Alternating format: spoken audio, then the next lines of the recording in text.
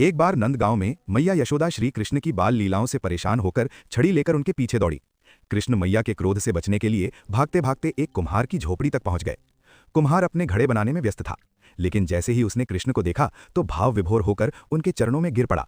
कृष्ण ने उससे कहा, कुम्हार जी, मेरी मैया बहुत क्रोधित हैं, छड़ी लेकर मेरे पीछे आ रही हैं, कृपा करके मुझे कहीं छुपा लो। कुम्हार ने तुरंत उन्हें एक बड़े घड़े के नीचे छुपा दिया। कुछ क्षण बाद मैया यशोदा वहां आईं और गुस्से में पूछा, कुम्हार, क्या तूने मेरे कान्हा को कहीं देखा है? कुम्हार ने भक्ति भाव से उत्तर दिया, नहीं मैया, मैंने उन्हें नहीं देखा। यशोदा तो चली गईं, लेकिन घड़े के नीचे छुपे कृष्ण ये सब सुन रहे थे।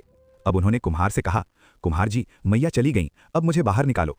कुम्हार मुस्कुराया और बोला, प्रभु, मैं आपको ऐसे ही बाहर नहीं निकालूंगा, पहले आप मुझे 84 लाख योनियों के बंधन से मुक्ति का वचन दीजिए। कृष्ण ने आनंदित होकर कहा, ठीक है, मैं तुम्हें मुक्ति दूंगा, अब तो बाहर निकालो। कुम्हार बोला, नहीं प्रभु, अकेले मुझे नहीं, मेरे पूरे परिवार को भी मुक्ति का वचन दीजिए। कृष्ण ने सहर्ष मान लिया।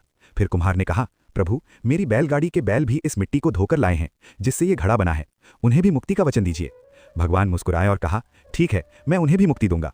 अब भी कुम्हार नहीं माना और बोला, प्रभु, बस एक अंतिम इच्छा है, जो भी मनुष्य हमारे बीच हुए इस संवाद को सुनेगा उसे भी आप 84 लाख योनियों के बंधन से मुक्त करेंगे, ऐसा वचन दीजिए।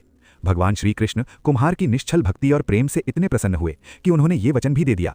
तब कुम्हार ने भावुक होकर बाल कृष्ण को घड़े से बाहर निकाला, उनके चरणों में दंडवत प्रणाम किया, चरण धोकर चरणामृत पिया और कृष्ण को गले लगाकर इतना रोया कि अंततः प्रभु में ही लीन हो गया।